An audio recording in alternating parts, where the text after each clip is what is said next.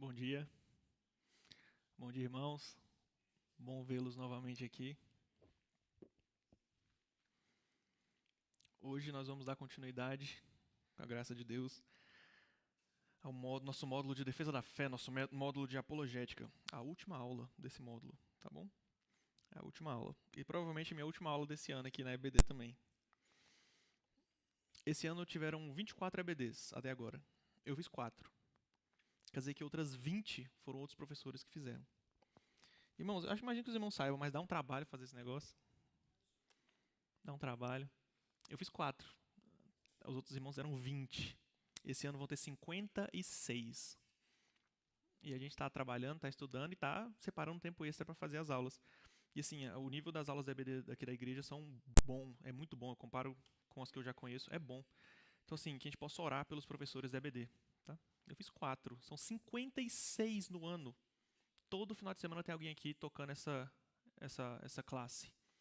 É um trabalho, mas somos gratos a Deus também por ter a oportunidade de fazer esse trabalho, sem dúvida. Mas separe um tempinho para orar pelos professores de EBD aqui também, para que eles recebam graça e possam dedicar tempo a isso. Que bom, né? Temos pessoas que podem dedicar tempo a só preparar uma aula para ensinar para a gente de graça. Você não está pagando nada. Graças a Deus por isso. Também queria agradecer a minha digníssima esposa. Nessas 4 aulas desse módulo, ela tem sido tão importante quanto eu na preparação das aulas. Ela faz todos os slides, mas mais do que isso, ela é meu segundo cérebro, né? É uma coisa que eu comento que uma das vantagens do casamento, tolo é o homem que deixa que apequena a sua esposa, né? A sua esposa, ela é um segundo cérebro que se você cultivá-la, é um segundo cérebro que você tem. É como se você tivesse 2 cérebros, né? Você pode passar as coisas pelo seu cérebro, depois você passa pelo cérebro dela. Então, se você confia no julgamento da sua esposa, você é um homem sortudo, porque você tem uma segunda pessoa ali para te ajudar. E a Yulia vem me ajudando muito, tem me ajudado muito nessas aulas. Toda a aula que eu dou aqui para os irmãos, eu já passei por ela antes, tá? Literalmente a aula inteira. Certo. Nesse módulo, finalmente, estamos nos baseando nos trabalhos, pela última vez que eu vou mostrar esse slide, do Dr. William Lane Craig, né? O currículo dele é extenso, a gente já conhece ele. Tem 2 PhDs, tem vários livros publicados, foi eleito como um dos 50 filósofos vivos mais influentes em 2016. Mas, especificamente para essa aula, eu usei trabalho de mais 4 pessoas. Do Frank Turek. Frank Turek tem um trabalho de apologética também na internet. Ele era o professor do Charlie Kirk. Lembra do Charlie Kirk? Aquele irmão que foi assassinado? Ele era o professor do Charlie Kirk em questões de apologética. O pastor Mike Winger também tem um trabalho muito bom, pastoral na internet, pastoral. O Mike Jones tem um ministério chamado Inspiring Philosophy, muito bom também. Ele trabalha principalmente com apologética contra o Islã, mas ele faz estudos assim bem aprofundados sobre todas as áreas. E por último, esse senhor ali, o Warner Wallace, J. Warner Wallace. Esse cara, ele é um aposentado, né? Um detetive investigativo criminal nos Estados Unidos de casos frios. Sabe aqueles casos que ninguém descobriu quem foi o homicida? Aí depois o pessoal vai lá, a gente vê nas séries, né? Fica revendo as provas e reentrevista as pessoas para tentar descobrir os homicidas anos depois.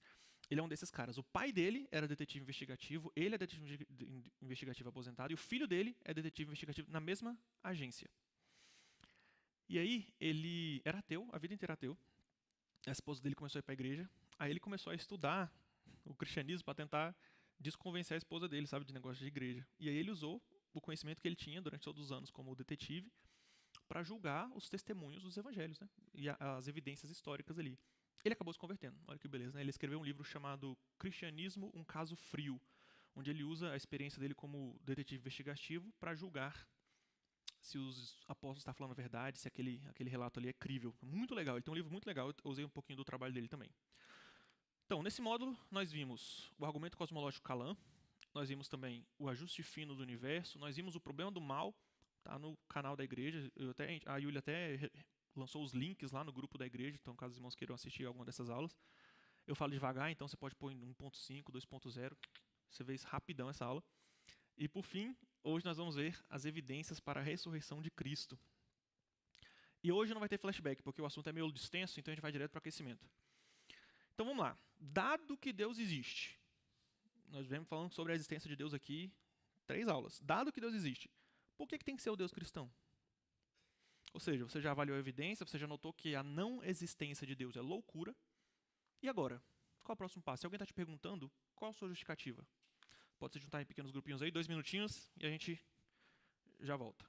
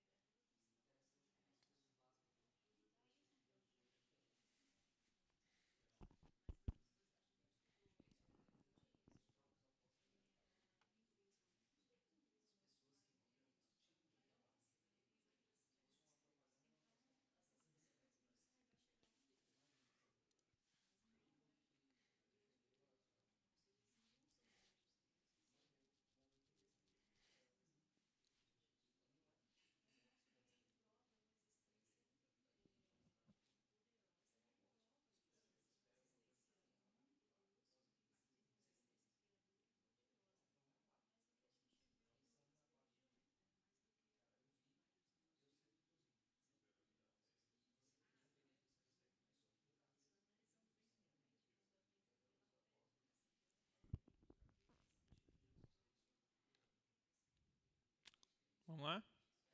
Deixei até 50 segundos a mais. A gente nunca tem tempo suficiente, né, para conversar. Passei aí, Igor, rapidão. Vamos ver algumas respostas.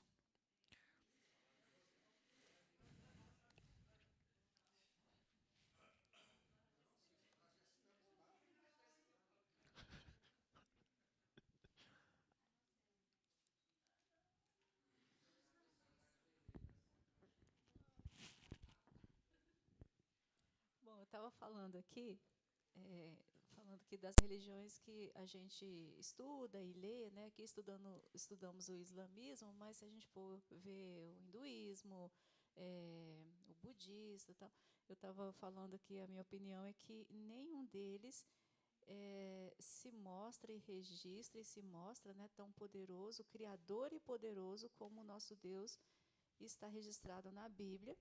E a, como Deus ele prova a palavra dele na Bíblia para nós. Então, por isso a gente pode crer nesse Deus poderoso como o nosso sendo o único e o verdadeiro, por isso, porque ele prova essa palavra.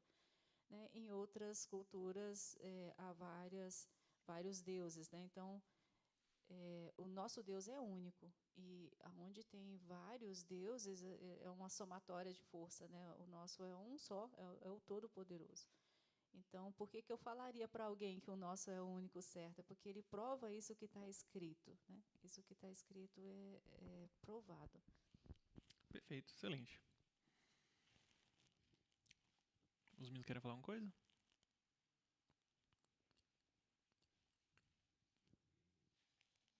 Eu acho que cristão falar sobre Deus cristãos no mínimo assim, leva a pessoa a crer. Poxa, você é cristão, está falando que o seu Deus existe, mas existem relatos históricos de pessoas que não eram cristãos e relataram Cristo. O Flávio Josefo, Tácito, que foi um historiador romano, Plínio o Jovem, que fez uma carta para Trajano, um outro imperador, o próprio Talmud judaico também faz referências a ele e outras fontes. Perfeito, outras fontes históricas, né, que comentam sobre a vida de Jesus, certamente. Fala aí, Johnny, fala altão aí atrás.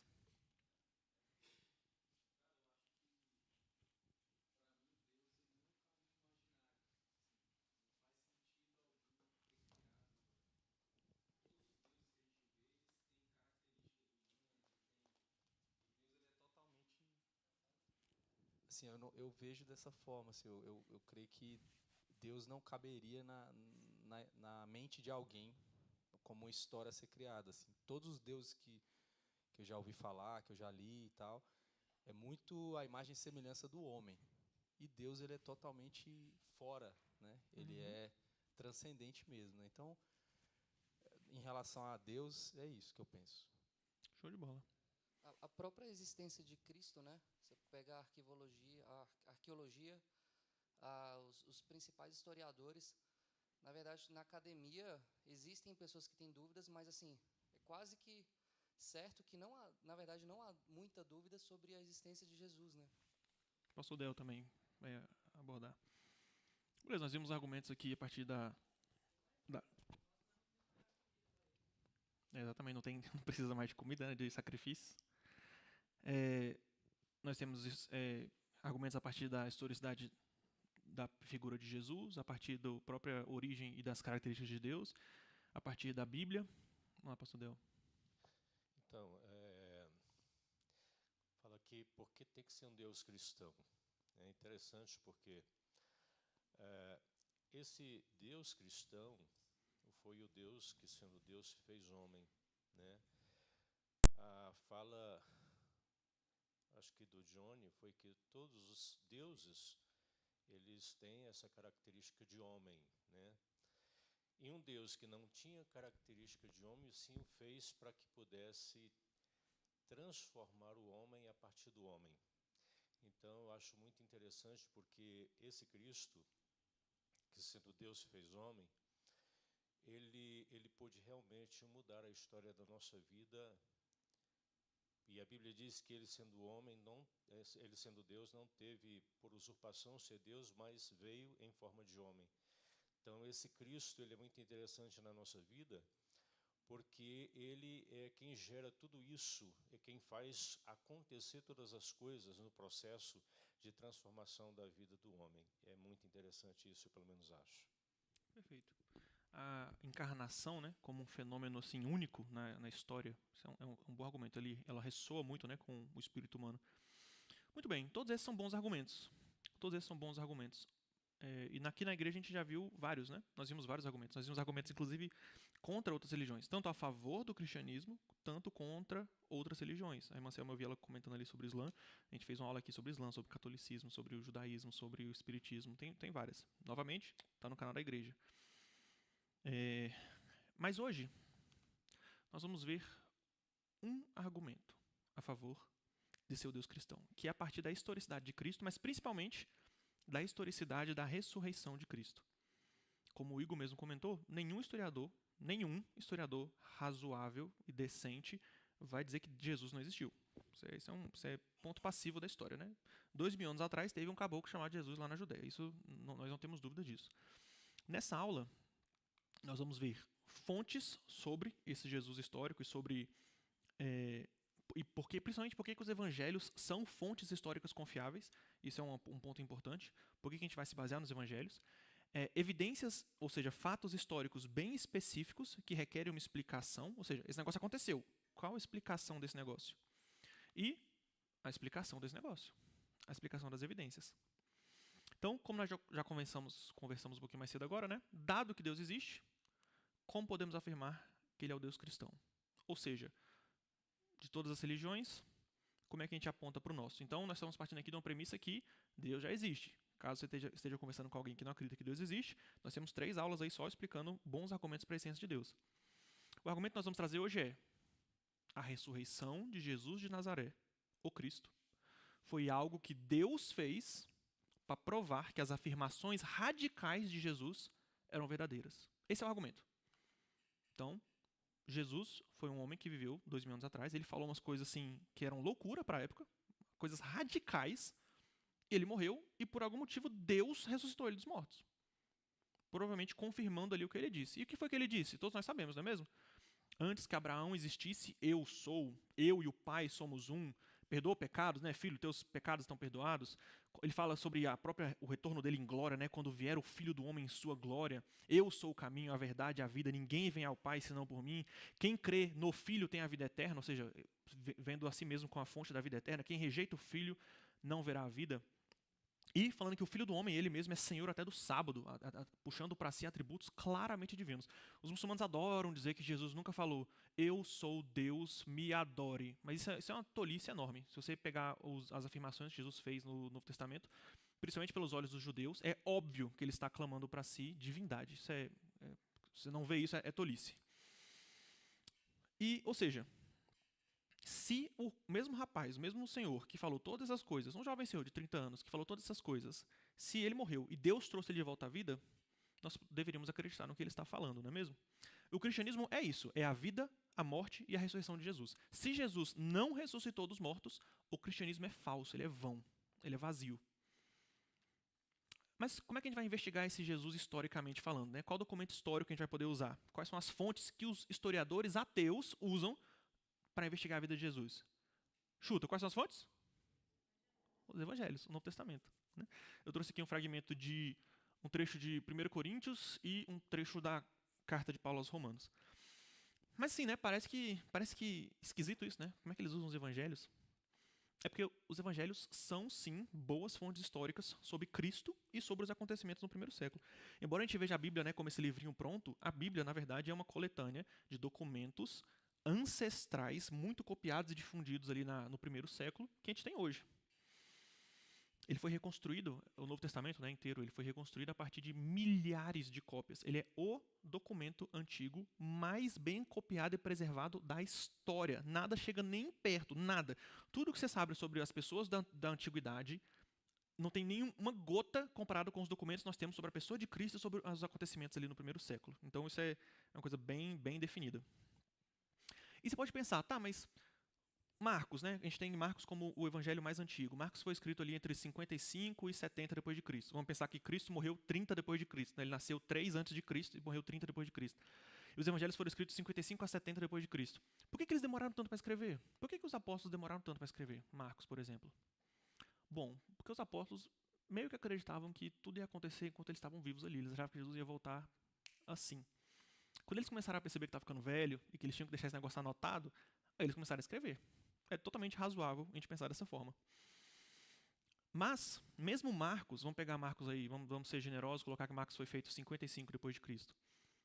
Marcos, Mateus e Lucas, eles bebem também de uma fonte Q, né, que a gente gosta de falar, uma outra fonte que a gente não conhece, que é ainda mais precoce do que ele. Então, existem bons motivos para a gente acreditar que enquanto Jesus estava falando, existiam pessoas que anotavam, inclusive. E aí, corria ali na Judéia compilados de falas de Jesus, que depois os próprios discípulos usaram essas falas também para escrever os evangelhos. Então não tem por que a gente pensar que não existem fontes ainda mais precoces, embora a gente não tenha acesso. A gente não tem acesso a essa fonte Q, né? Essa fonte do qual os 3 evangelhos sinóticos beberam. João é um pouco diferente, mas os outros 3 beberam dessas fontes.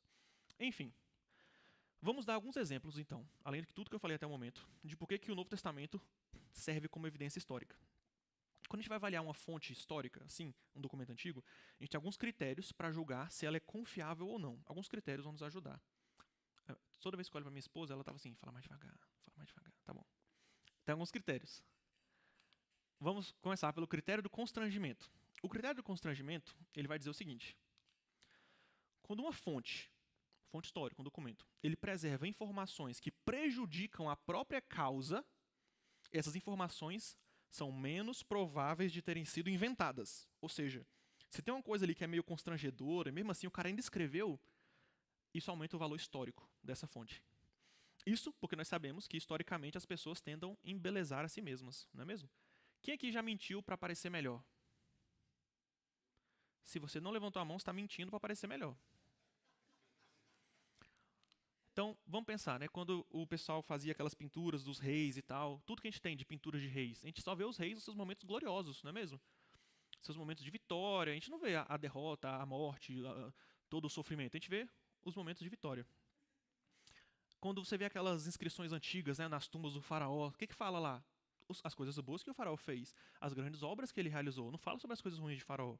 Quando você vê a propaganda do GDF, governo do Distrito Federal, trabalhando por você, olha como é que tá bonito isso aqui, olha como é que tá bonito isso aqui, a gente fez isso e fez aquilo. Ou do governo federal.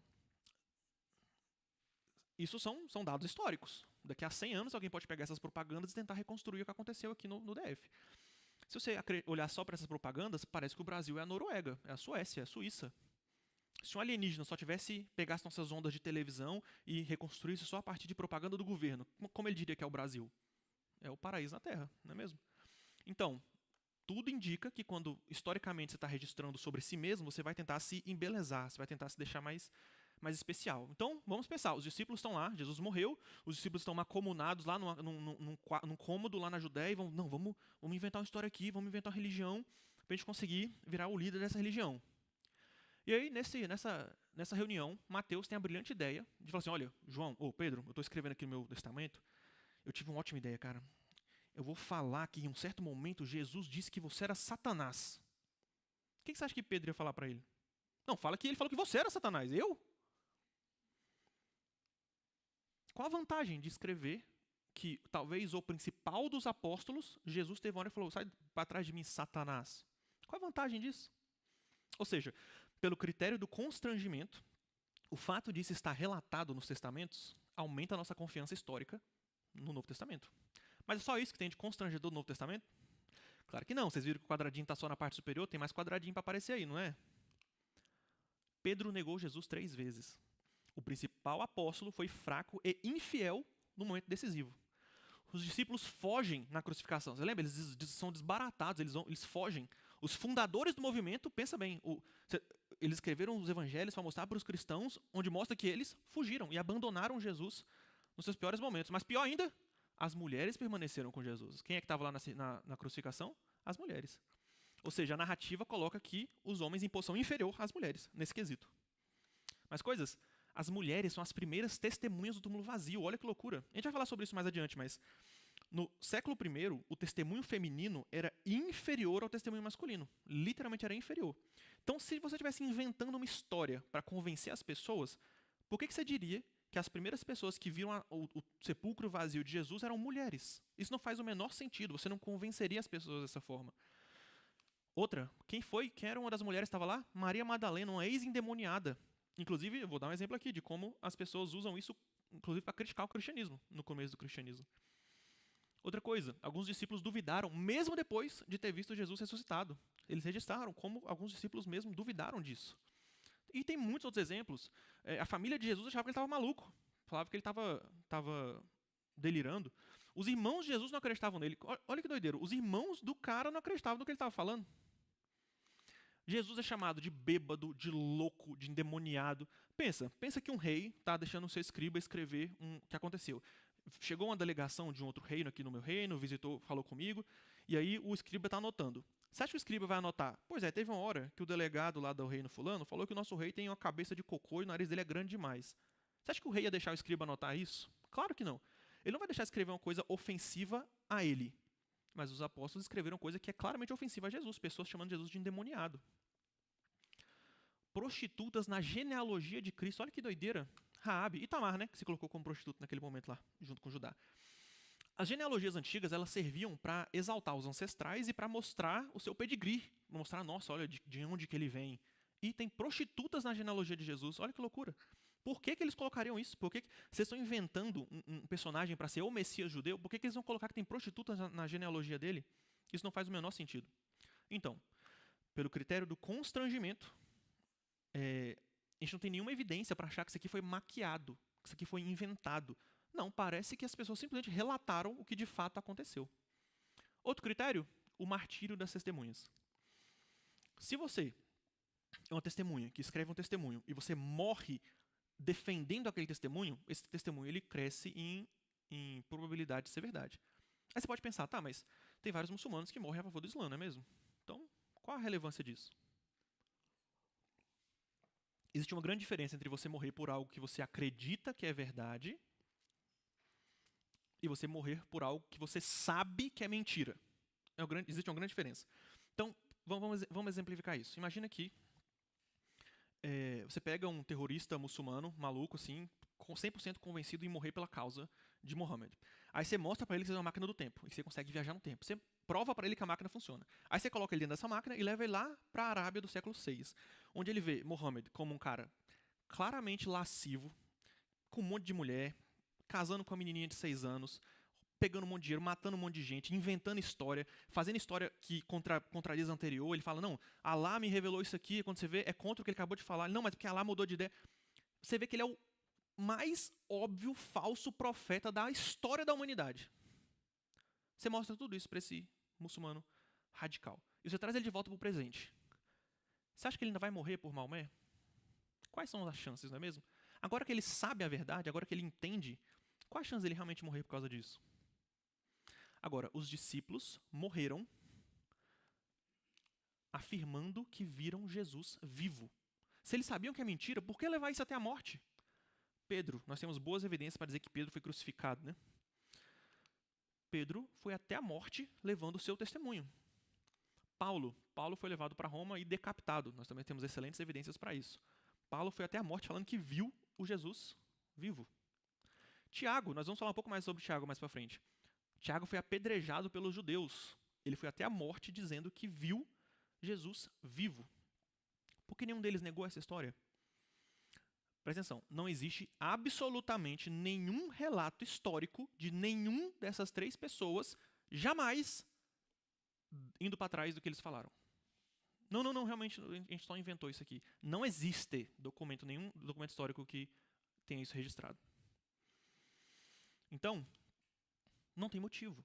O detetive Wallace, aquele que eu tinha comentado no começo, ele cita que quase todo crime você consegue rastrear para 3 razões principais. Então, ou é dinheiro, ou é interesse amoroso, ou é poder, honra, status, coisas assim. Então, quando a gente pensa, o que foi que os discípulos ganharam? Eles ganharam dinheiro? Claro que não. Eles ganharam interesse amoroso? Você vai ver Paulo falando que era melhor nem casar, né? Melhor nem casar, cara. Só sofre aí mesmo, solteirão e morre por Cristo. Eles ganharam status, ganharam poder? Não, eles foram perseguidos e mortos e presos.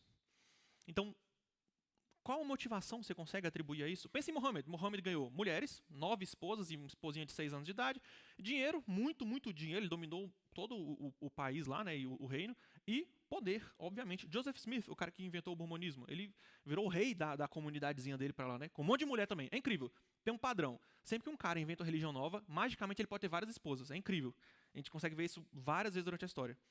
Os discípulos? Nada. E tem outras evidências, né, da historicidade dos evangelhos. A acurácia geográfica. Tem umas coisas no evangelho que, assim, eles falam assim, pois é, aí eles foram lá e subiram para Jerusalém. Por quê? Porque de onde eles estavam, para Jerusalém, ali literalmente subiu um morro.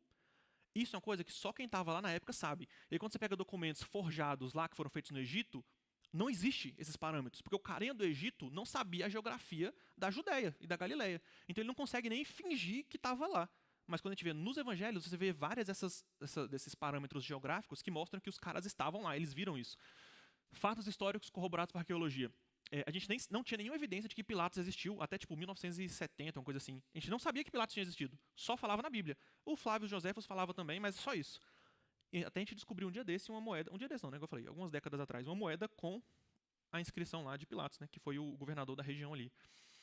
E uma inacreditável preservação textual, como nós já comentamos. Em suma, existem bons motivos para a gente acreditar que os relatos do Novo Testamento são historicamente plausíveis. E é como a maioria dos historiadores ateus veem esses documentos, como documentos históricos importantes. Eles vão desacreditar de argumentos miraculosos, mas as partes históricas eles vão confiar 100%. Boa parte, pelo menos. A partir dessas fontes, então, dá para a gente criar um posicionamento histórico sobre a ressurreição de Jesus. O que a gente precisa para isso? Nós precisamos determinar, então, o que essas fontes históricas confiáveis falam, que são as evidências, e qual é a melhor explicação para essas evidências. A priori, eu já vou falar para vocês quais são as evidências. Primeiro, o sepulcro vazio. É uma evidência histórica. Literalmente, Jesus morreu e depois o sepulcro dele estava vazio.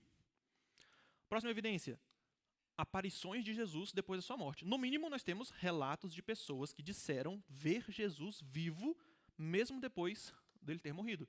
Então, essa é a segunda evidência.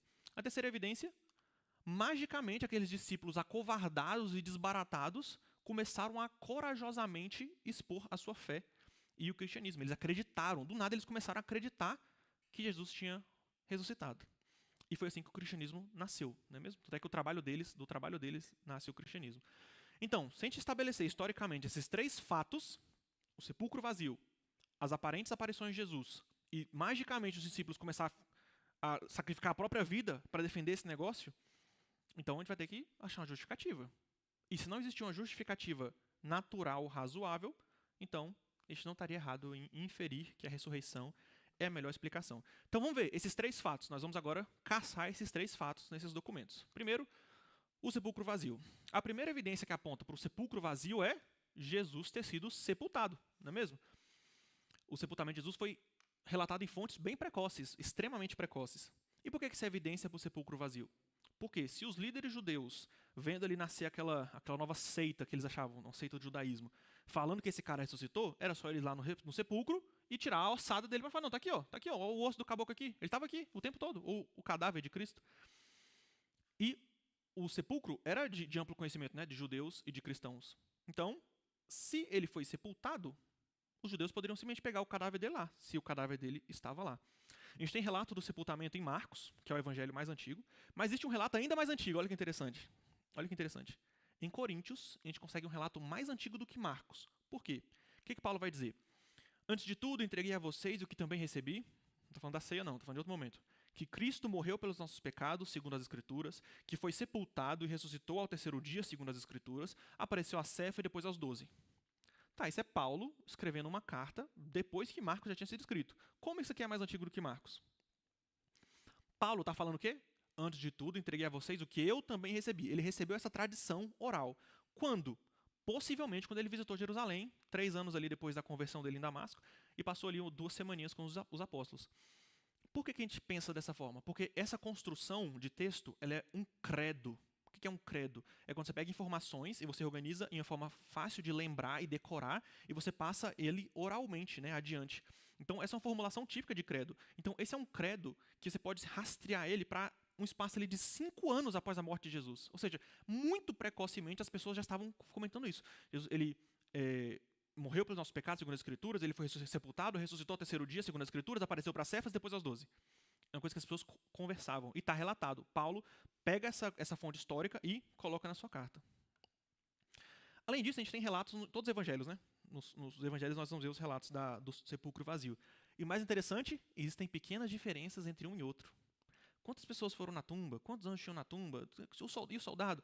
E isso é exatamente o que você esperaria se você estivesse entrevistando testemunhas. Se as testemunhas falam todas a mesma história, igualzinho, você sabe o quê? Que eles casaram a história. Ninguém fala a mesma história igualzinho. Ninguém faz isso. O próprio aquele detetive Wallace vai falar que foi uma das coisas que chamou a atenção dele. Porque se a história fosse toda casada, eles iam simplesmente falar sempre a mesma coisa. Mas não. Você espera que tenha uma certa variação ali quando pessoas estão relatando coisas que viram. Então, outro argumento. José de Arimateia era membro do Sinédrio. Lembra de José de Arimateia? Jesus foi para a tumba dele, né? Para o sepulcro da família dele. Agora, olha que interessante. José de Arimateia era membro do Sinédrio, a Suprema Corte Judaica que condenou Jesus.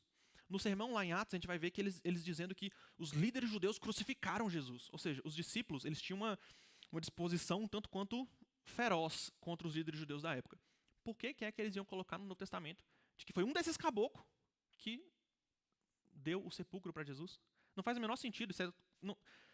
Inventar isso não faz o menor sentido. A não ser que, de fato, Jesus tenha sido colocado no sepulcro desse rapaz, desse senhor. Ou seja, isso traz mais credibilidade histórica à ideia do sepulcro vazio. Outra coisa interessante, o relato de Marcos é simples. Isso aqui é muito legal.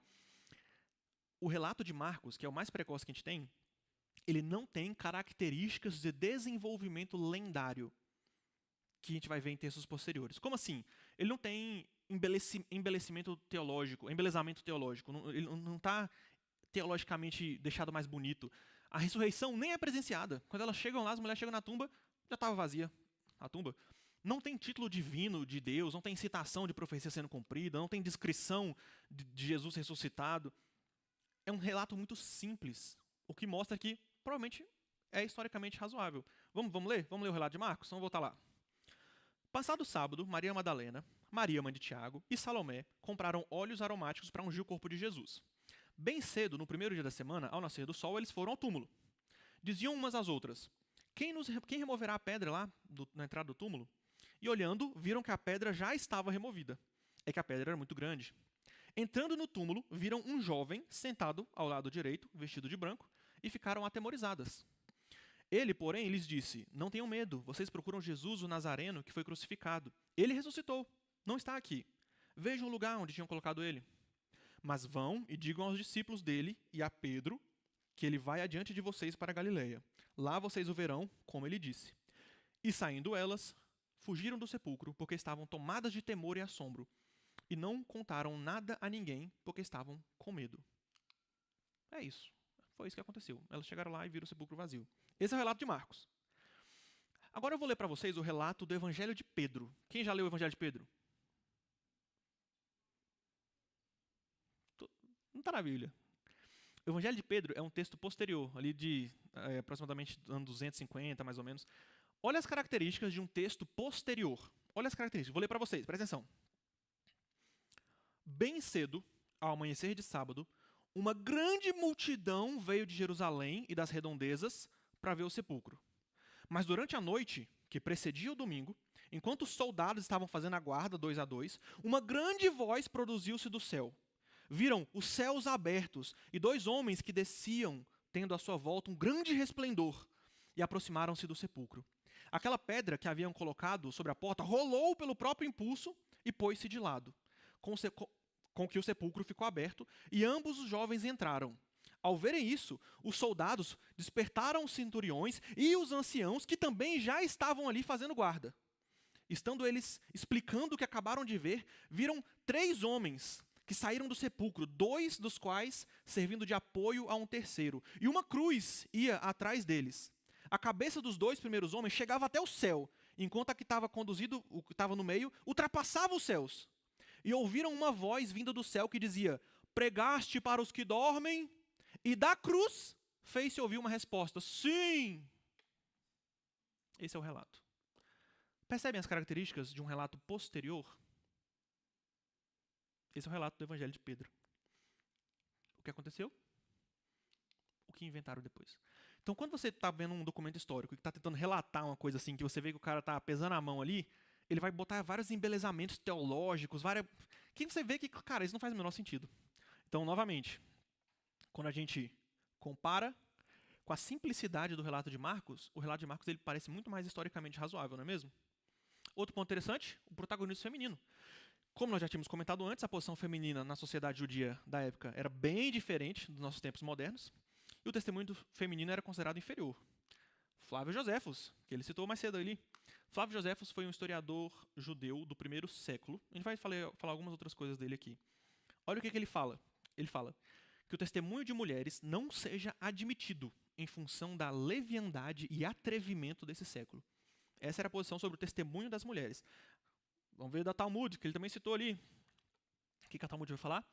Que as palavras da lei sejam antes queimadas do que entregue às mulheres. Isso aqui é num cenário onde uma mulher estava perguntando para um rabino um esclarecimento de uma parte da lei, e ele pegou e falou que era melhor que a lei fosse queimada do que entregue às mulheres. Não? Que beleza, né?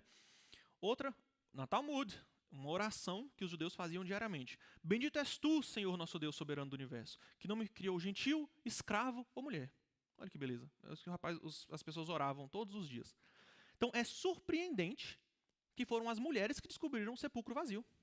Elas foram as primeiras pessoas testemunhas. Isso não faz o menor sentido se está querendo inventar uma história. Isso é uma forte evidência de que os evangelhos simplesmente registraram os acontecimentos, independente de se é algo constrangedor ou não. Os próprios críticos do cristianismo, eles vão tentar usar esse ponto contra o cristianismo.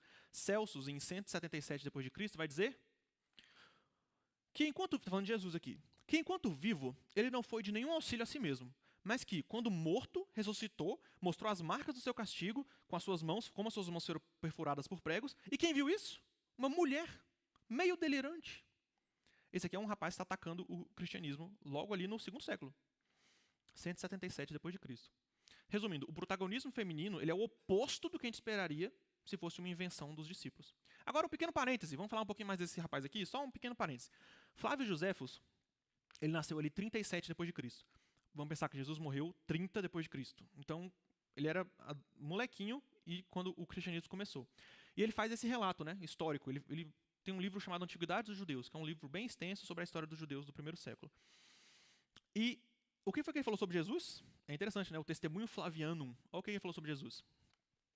Por esse tempo, ele está descrevendo lá, né, o momento específico, apareceu Jesus, um homem sábio, pois ele realizava feitos surpreendentes e era mestre daqueles que recebiam a verdade com prazer. E atraiu muitos judeus e também muitos gregos. Quando Pilatos, por acusação dos principais entre nós, o condenou à morte, aqueles que antes o haviam amado não deixaram de fazê-lo. E até hoje não desapareceu a tribo dos cristãos, assim chamada por causa dele. Isso é o que Flávio Joséfos fala sobre Jesus. Então, digamos que a Bíblia fosse destruída e você nunca tivesse visto a Bíblia. Só por esse relato desse rapaz aqui, o que a gente pode extrair sobre Jesus? Primeiro, Jesus existiu, que é um cara que era judeu, ele não era cristão de forma alguma. Ele era conhecido como mestre. Jesus possuía seguidores. Ele foi crucificado por ordem de Pilatos. Teve um movimento que continuou depois da sua morte. E o cristianismo já estava estabelecido ali e visível no final do século I. Tudo isso através do que um judeu não cristão escreveu, nascido ali próximo da morte de Jesus. Voltando, vamos sair desse parêntese. A última prova do sepulcro vazio, a primeira reação dos judeus. Vocês lembram qual foi a primeira reação dos judeus? Mateus vai falar. Reunindo-se eles em conselho, falando aqui dos líderes dos judeus, deram grande soma de dinheiro aos soldados que estavam lá no túmulo, recomendando-lhes, digam isso, os discípulos dele vieram de noite, enquanto estavam dormindo, e roubaram o corpo. E, se isso chegar ao conhecimento do governador, nós os convenceremos e faremos com que vocês não tenham maiores preocupações. Os soldados receberam o dinheiro e fizeram como tinham sido instruídos. E essa versão se espalhou entre os judeus até o dia de hoje. Olha que interessante. Os historiadores céticos vão dizer que Mateus está tentando contrapor essa teoria. Está tentando contrapor, por isso que ele escreveu isso. Mas por que essa teoria existe? Só se o túmulo estiver vazio, concorda? Se os judeus tivessem acesso ao corpo de Cristo, eles poderiam só mostrar. Então, essa versão dos judeus da época, o que estava disseminado entre os judeus na época, também comprova que eles não acharam o corpo de Jesus. E eles disseram que os discípulos tinham roubado e escondido o corpo de Jesus. Os próprios judeus da época falaram isso. Eles não negaram o sepulcro vazio. Então, um fato histórico muito bem estabelecido é: o sepulcro de Jesus estava vazio. Os próximos são um pouquinho mais rápidos. Próximo, as aparições de Jesus depois da morte. Então, vamos ver novamente aquele trecho de Coríntios que a gente viu mais cedo. Pois o que primeiramente lhes transmiti foi o que recebi, que Cristo morreu pelos nossos pecados, segundo as Escrituras, foi sepultado e ressuscitou ao terceiro dia, segundo as Escrituras, e apareceu a Pedro e depois a Cefas. E aí, aos 12, né? A Pedro e depois aos 12. E a continuação. Depois disso, apareceu a mais de 500 irmãos, de uma só vez, a maioria dos quais ainda vive, embora alguns já tenham adormecido. Depois apareceu a Tiago, apareceu a todos os apóstolos e apareceu também a mim. Então apareceu a Pedro, aos 12, aos 500, aos apóstolos, a Tiago e a Paulo. Então Paulo está fazendo aqui uma lista de pessoas que viram Jesus vivo depois da crucificação. Essas pessoas aqui são pessoas a quem ele teve acesso direto. Então não tem por que a gente duvidar do relato direto dele. Vamos ver em relação a Pedro. Não tem isso descrito no Evangelho, mas Paulo pessoalmente passou tempo com Pedro. Nós falamos, né? Ele ficou 2 semanas ali em Jerusalém, depois ele voltou para Jerusalém de novo. Então ele sabia pessoalmente se Pedro teria ou não visto o Cristo ressurreto. Outra coisa, ele está falando isso para uma população que tinha acesso a Pedro. Eles poderiam chegar e perguntar: opa, Pedro, o que Paulo falou de você é verdade? Ou é conversa? Essa informação também foi preservada por Lucas. É verdade, o Senhor ressuscitou e apareceu a Simão. Lucas também vai preservar essa informação. A próxima, aparição aos 12. Além da fala de Paulo, Paulo está dizendo, né, que ele apareceu aos 12, essa aparição também está relatada em Lucas e João. Nós temos outras 2 evidências, onde Jesus mostra as feridas, né, e mostra que estava em carne. Isso mostra que eles viram Jesus ressuscitado fisicamente e que era o mesmo Jesus que tinha sido crucificado. Aparição aos 500. Essa não tem nenhuma descrição no Novo Testamento, mas olha o que Paulo fala. Que a maioria ainda estava viva. Por que ele fala isso? É diferente se ele falasse assim: olha, quem viu Jesus vivo depois foi o Tácitos, aí ele me falou, só que ele já morreu. Então só quem sabe sou eu. É diferente. Agora, quando ele fala 500 pessoas e a maioria está viva ainda, ele está convidando as pessoas a tirar a prova dos 9. É só perguntar, uai. Tem muitas pessoas que viram. Aparição a Tiago. Essa daqui é uma das mais legais.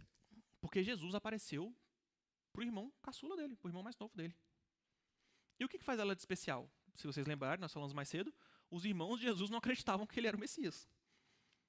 Esse versículo aqui vai dizer: quando seus familiares ouviram falar disso, saíram para apoderar-se dele, pois diziam: ele está fora de si. E também, pois nem seus irmãos criam nele. Mas de repente, vamos lá, né? Saímos desse cenário, de repente, algo acontece. E a próxima vez que a gente vê falar sobre os irmãos de Jesus é aqui em Atos. Todos estes perseveravam unânimes em oração com as mulheres, com Maria, mãe de Jesus, e com os irmãos dele. Então nós passamos de a sua família não acredita nele, seus irmãos não acreditam nele, para os irmãos estão todos juntos ali, orando, junto com os cristãos. O que Pedro diz? A primeira coisa que Pedro fala quando ele sai da cadeia? Ele fez um sinal para se acalmarem e lhes contou como o Senhor o havia tirado da cadeia. Contem a Tiago e aos outros irmãos o que aconteceu, disse ele. Então foi para outro local. Por que Pedro... Olha que doideira. Pedro é liberto da cadeia. A primeira coisa que ele manda é: avisa lá o Tiagão, que a Liberdade cantou. Por quê? Por que avisar Tiago primeiro? Um tempo depois, quando Paulo vai visitar a igreja em Jerusalém, ele encontra quem lá, além de Pedro? O único outro apóstolo que vi naquele momento foi Tiago, irmão do Senhor. Então aqui, Tiago já é apóstolo, quando Paulo volta lá, né? 14 anos depois, Paulo novamente visita Jerusalém, e o que ele fala? De fato, Tiago, Pedro e João, tidos como colunas, reconheceram a graça que me foi dada.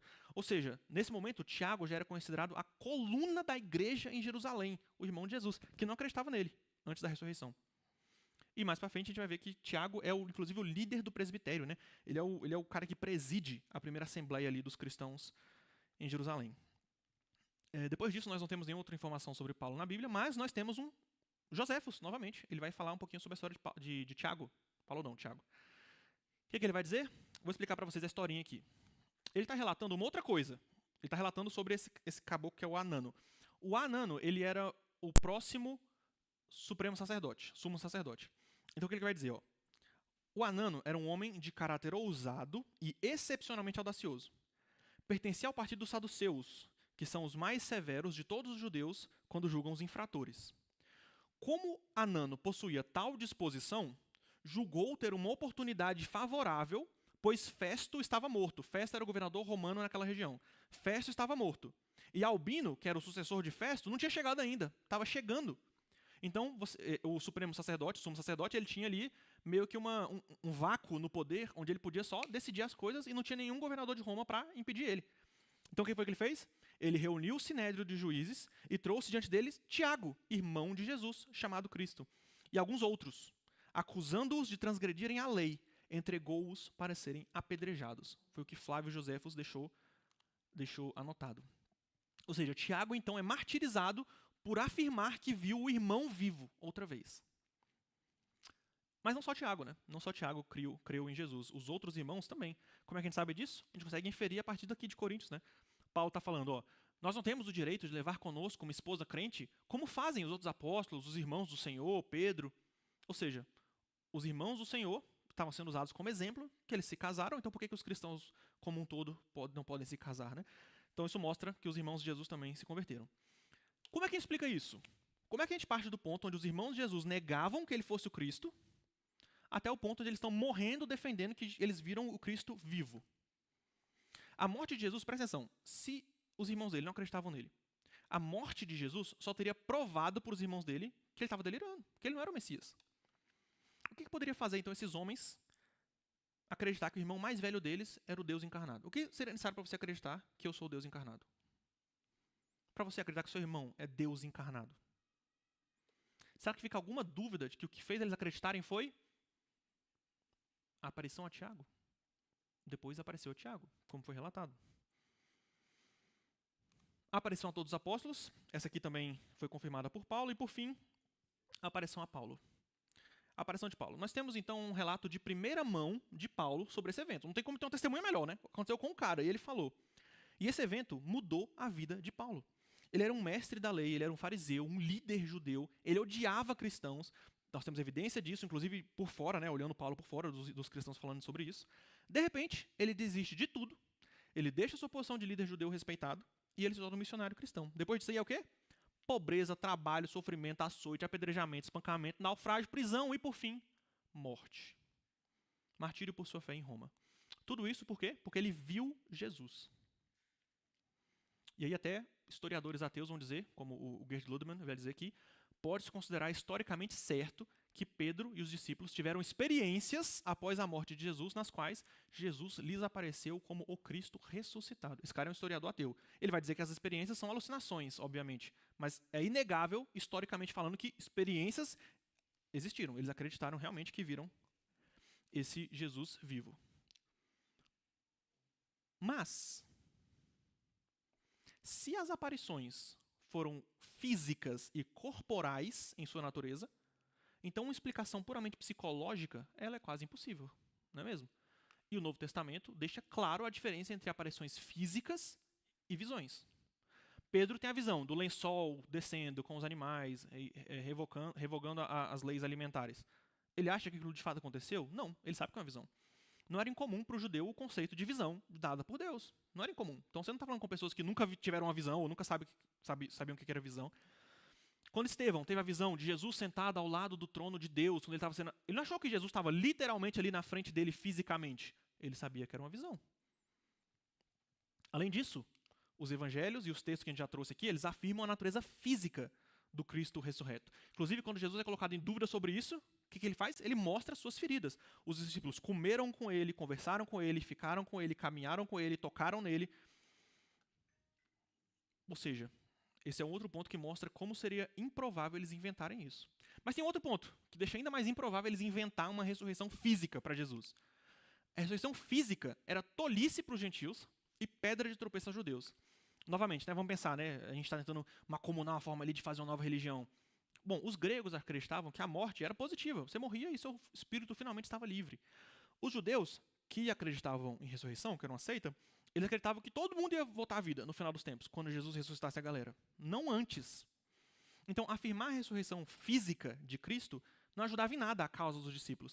Se eles estavam querendo só criar uma nova seita, eles poderiam simplesmente falar que eles tiveram visões do rabino que ensinou eles tiveram visões e aí eles acreditavam que o rabino estava certo. Eles não precisavam dizer que ele fisicamente estava vivo. Portanto, tanto o sepulcro vazio, quanto os discípulos afirmarem que viram Jesus vivo são fatos históricos. Você pode duvidar de como foi que eles viram isso, mas é um fato histórico. Por fim, e mais rapidinho, o terceiro fato, a origem da fé cristã. Essa é rapidinha porque ela é incontestável. A gente sabe que o cristianismo ele começou ali no primeiro século. Mas, o que criou o cristianismo? Por que ele começou? Bem, a fé cristã tem seus primórdios na crença dos discípulos de que Deus trouxe Jesus de Nazaré de volta dos mortos. Na cabeça do judeu ali, do judaísmo do segundo templo, o Messias não era para ser o servo sofredor de Isaías 53. O Messias era para ser o segundo Davi, era para ser o cara com poder militar, o cara que ia arrancar o domínio de Roma, ia derrotar Roma, ia levar Israel, ia glorificar Israel.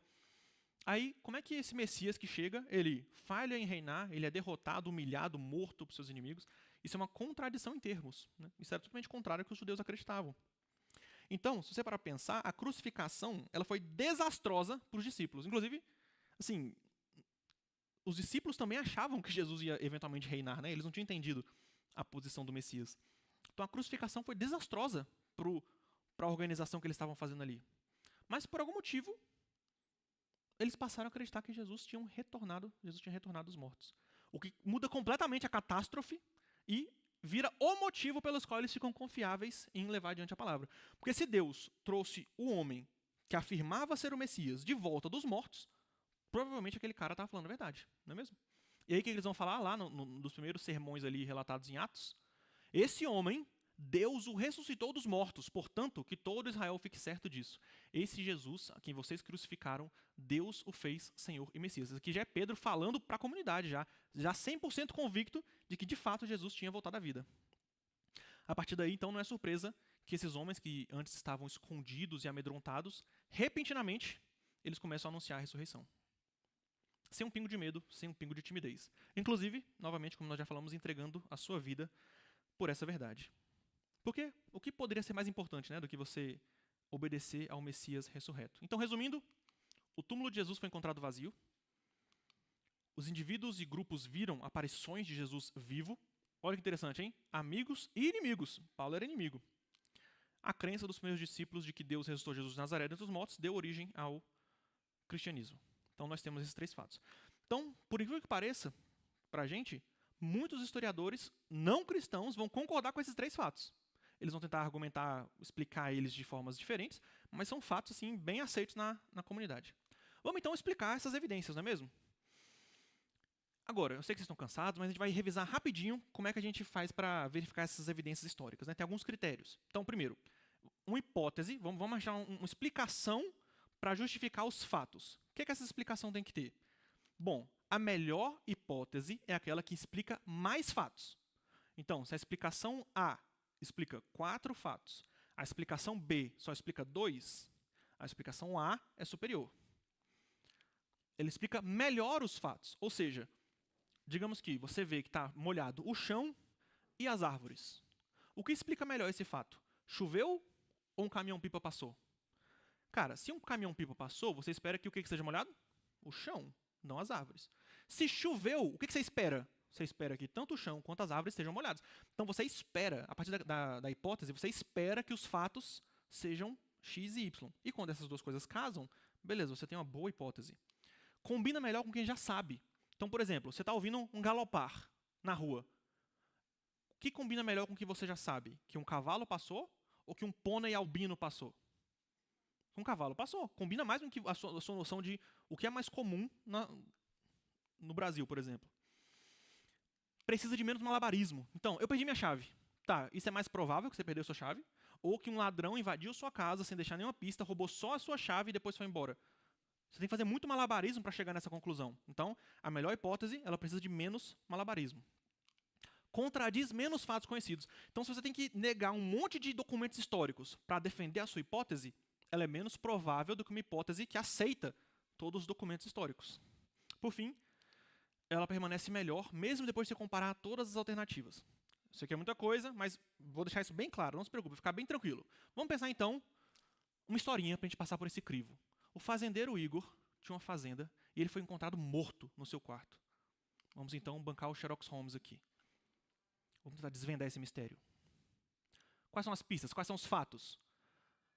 A autópsia confirma que o fazendeiro Igor foi envenenado. Tinha veneno na sopa que ele comeu. Opa. A sobrinha dele fez a sopa e serviu para ele a sopa. A sobrinha mentiu sobre o que ela estava fazendo aquela noite. Ela falou que estava só no quarto dela, mas você sabe que não é verdade. Opa, outra pista.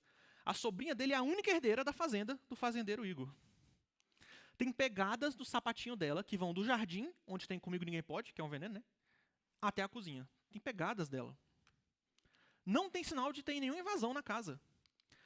3 dos 8 funcionários da fazenda viram ela no jardim e depois viram ela saindo de casa logo depois que descobriram que o Igor estava morto. Então vamos ver hipóteses. Nós temos os fatos. Vamos ver hipóteses que justificam esse fato. Primeira hipótese, a sobrinha envenenou o fazendeiro para ficar com a herança. Essa é uma hipótese. Segunda hipótese, teve um complô de todos os funcionários para matar o fazendeiro. A sobrinha é inocente. Os 3 que viram ela no jardim tiveram uma alucinação naquela noite e as pegadas foram plantadas por esse complô. Eu sei que as duas parecem igualmente prováveis, mas vamos tentar passar elas por aquele crivo que a gente acabou de comentar. Escopo explicativo, ou seja, o que explica mais? As duas hipóteses explicam vários dos fatos. Só que a hipótese do complô não explica por que ela mentiu, né? Por que a sobrinha mentiu, se ela não tem nada a ver com isso? Poder explicativo. Então vamos lá, o que você esperaria que acontecesse? Se a sobrinha matou o tio, você esperaria o quê? Você esperaria que ela tivesse feito a sopa e servido a sopa? Você esperaria que ela tivesse um motivo, como a herança? Você esperaria que ela minta para tentar se proteger? Ou seja, você esperaria evidências que ligam ela ao veneno. Se a segunda hipótese for verdadeira, se for o complô, não é esperado que justamente a herdeira tenha feito a sopa, não é esperado que justamente a herdeira minta, não é esperado que tenha pegadinhas dela lá no local, não é esperado que 3 testemunhas independentes tenham errado, então não é esperado, né? Então, novamente, melhor a gente fica mais com a hipótese da sobrinha. Plausibilidade. Bom, tem casos reais e frequentes de pessoas que querem uma herança, têm acesso ao alimento da pessoa e envenenam ela. Isso é plausível. A hipótese 2, ela exige uma conspiração de vários funcionários e que os funcionários não tenham um delatado o outro e que eles permaneçam alinhadinhos e tal. É possível? É possível. Mas é plausível? É menos plausível. Menos suposições. A suposição principal na primeira hipótese é a sobrinha decidiu matar o tio. Na segunda hipótese, você tem que supor, teve uma conspiração, os conspiradores não foram detectados, as pegadas foram forjadas, ninguém percebeu a fraude, 3 testemunhas tiveram alucinações, enfim, muitas e muitas suposições. Menos conflitos. A primeira hipótese não tem conflito com nada. Assassinatos por herança são conhecidos. A segunda hipótese, conspirações acontecem, mas, geralmente, você não vai achar 3 testemunhas independentemente alucinando o mesmo evento. Isso seria raríssimo. Falsificar a pegada é uma coisa difícil. Enfim, tem muitos conflitos com a realidade ali. Portanto, na robustez final, nós vemos que a hipótese da sobrinha é forte, a hipótese do complô é fraca. Muito bem, então vamos ver as hipóteses para justificar aqueles 3, está acabando, os 3 fatos que nós já comprovamos historicamente. A primeira hipótese é a hipótese da conspiração. Então a gente vai tirar o chapéu do Sherlock Holmes aqui e vamos tentar só agora analisar essas hipóteses. A hipótese da conspiração é a primeira que inclusive os judeus pensaram, né? Os discípulos roubaram o corpo de Jesus, mentiram sobre suas aparições e dessa forma eles falsificaram a ressurreição. Vamos passar pelo crivo? Explica? Bom, explica, né? Explica o túmulo vazio, eles roubaram o corpo. Explica a aparência de Jesus para eles, eles mentiram. Explica o começo da fé, eles estavam fazendo um complô ali para começar uma nova religião. Agora, é o que a gente esperaria que acontecesse? Não. Se fosse um complô, a gente esperaria que as mulheres tivessem descoberto o túmulo? Não. A gente esperaria a simplicidade de Marcos, ou a gente esperaria que eles botassem um pouco mais de tempero ali na história? A gente esperaria que eles morressem afirmando isso? A gente não esperaria. Então, é meio fraco, né? Essa hipótese fica fraca no segundo ponto. É plausível? Não é plausível. Por quê? Porque é contra tudo que a gente sabe sobre os judeus daquela época. Eles não esperavam que o Messias fosse desse jeito, eles não tinham por que defender uma ressurreição física, indo contra toda a sua cultura, até porque tem vários outros movimentos messiânicos ali naquela época que não afirmaram que o seu Messias tinha voltado à vida, porque não fazia sentido para eles. Então é improvável que eles fossem fazer um negócio desse.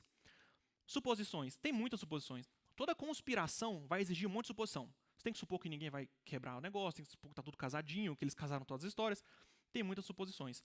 E também não vai justificar aqui como é que Paulo entrou no complô, Paulo estava de fora, Paulo estava perseguindo a galera. Como é que ele entrou nesse complô? As testemunhas, as 500 testemunhas, como é que você explica isso?